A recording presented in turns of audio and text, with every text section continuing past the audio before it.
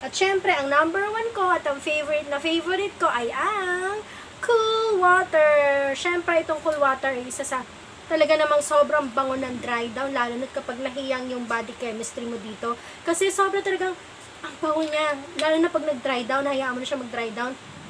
Ibang level. So, kung nyari baguhan ka na sa perfume, hindi mo alam kung ano yung bibilin mo. So, ito, try mo tong Cool Water na to. Kasi isa siya sa pinaka, nire-recommend ko kasi napaka-fresh niya lang.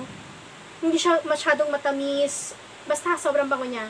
Siguro naman, ang dami nyo na alam na rin yung amoy ng perfume na to at favorite nyo rin to. Pero para sa akin, sobrang favorite ko siya. Kumbaga parang, kung mawawala na lahat ng perfume at isa lang ang pipiliin, ito ang pipiliin ko.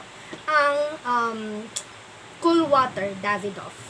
Yan. So, ang runner-up ko pala, guys, is wala rito kasi wala ako noon. Is yung Dolce & Gabbana Light Blue.